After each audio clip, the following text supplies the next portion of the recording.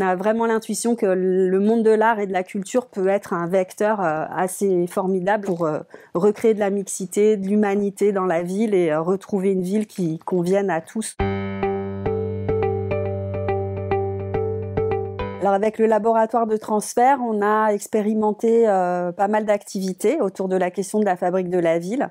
Par exemple, sur la scénographie urbaine, la façon dont les espaces sont agencés. On a travaillé avec la NPU, l'Agence nationale de psychanalyse urbaine, sur la fabrication du futur quartier à l'échelle 1 sans passer par le plan. On a travaillé aussi sur les questions d'ambiance, donc quelle est l'atmosphère des espaces publics et de la ville, et comment un espace investi artistiquement peut créer des atmosphères particulières et donc générer des attitudes particulières de la part de ses usagers.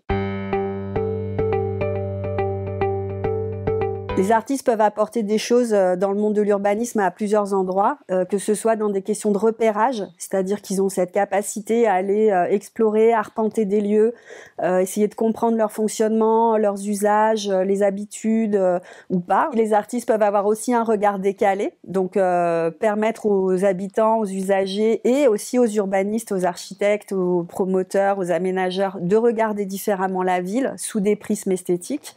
Et puis les artistes peuvent aussi activer l'espace public. Donc ça, c'est les choses les plus connues. C'est de l'animation, de la décoration et ce genre de choses. Donc ils ont vraiment beaucoup à apporter à la fabrique de la ville.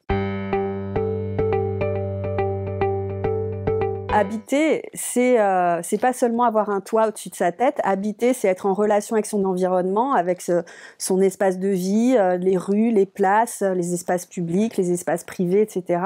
Et la question de l'habiter, c'est une question qui doit sortir des champs d'expertise des urbanistes et des aménageurs pour faire rentrer justement les habitants, les gens qui pratiquent les espaces publics, qui pratiquent leur quotidien et qui puissent apporter aussi leur propre manière de penser. Et pour ça, les artistes sont des vrais filtres, puisqu'ils peuvent permettre justement de mettre en valeur des expériences habitantes, de les traduire sous une forme esthétique et d'apporter ça comme une ressource au monde de l'urbanisme, une ressource à prendre en compte pour fabriquer la ville différemment.